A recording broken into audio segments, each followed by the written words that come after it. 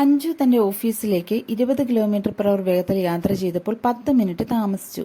അടുത്ത ദിവസം 30 km/h വേഗത്തിൽ യാത്ര ചെയ്തപ്പോൾ 10 മിനിറ്റ് നേരത്തെ എത്തിയെങ്കിൽ ഓഫീസിൽ നിന്നും വീട്ടിലേക്കുള്ള ദൂരം എത്ര? ഇവിടെ നമുക്ക് ഡിസ്റ്റൻസ് ആയ ഡി ആണ് കണ്ടുപിടിക്കേണ്ടത്. ടൈം കണ്ടുപിടിക്കാനുള്ള ഇക്വേഷനാണ് ഡിസ്റ്റൻസ് ബൈ സ്പീഡ് എന്ന് പറയുന്നത്.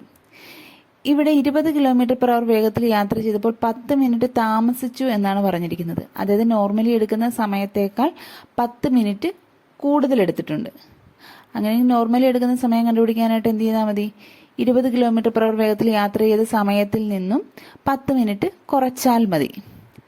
ഇവിടെ അതായത് ഡിസ്റ്റൻസ് ബൈ 20 മൈനസ് 10/60. ഇവിടെ 10/60 എന്നെടുത്തിരിക്കുന്നത് തന്നിരിക്കുന്ന സമയം മിനിറ്റിലായതുകൊണ്ട് അതിനെ അവേഴ്സിലേക്ക് കൺവേർട്ട് ചെയ്തതാണ് 10/60. ഇനി അടുത്ത ദിവസം 30 km/h വേഗത്തിൽ യാത്ര ചെയ്തപ്പോൾ 10 മിനിറ്റ് നേരത്തെ എത്തിയെന്നാണ് പറഞ്ഞിരിക്കുന്നത്. അതായത് നോർമൽ ടൈം സാധാരണ എത്തുന്ന സമയത്തേക്കാൾ 10 മിനിറ്റ് നേരത്തെ എത്തി. അങ്ങനെയെങ്കിൽ സാധാരണ എടുത്തുന്ന സമയം എന്ന് പറയുന്നത് എന്ത് ചെയ്താൽ മതി? 30 km/h വേഗത്തിൽ യാത്ര ചെയ്ത സമയത്തോടു കൂടി 10 മിനിറ്റ് കൂട്ടിയാൽ മതി. അതായത് 10/60 എടുത്തിരിക്കുന്നത് ഇവിടെ മിനിറ്റിനെ അവറിലേക്ക് കൺവേർട്ട് ചെയ്തേക്കുന്നതാണ്. ഇനി അപ്പോൾ ആ രണ്ട് സമയങ്ങളും ഈക്വൽ ആയിരിക്കുമല്ലോ, കാരണം നോർമൽ ടൈമാണ് നമ്മൾ ഈക്വലൈസ് ചെയ്തിരിക്കുന്നത്. അങ്ങനെയെങ്കിൽ d/20 minus d/30 is equal to 10/60 plus 10/60 എന്നെടുക്കാം.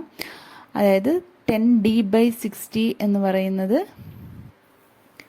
20/60 ആണ്.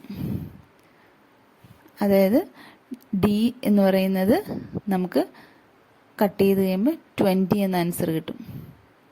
അതായത് ഇവിടുത്തെ ഡിസ്റ്റൻസ് അഞ്ജുവിൻ്റെ ഓഫീസിലേക്കുള്ള ദൂരം എന്ന് പറയുന്നത് 20 കിലോമീറ്റേഴ്സ് ആണ്.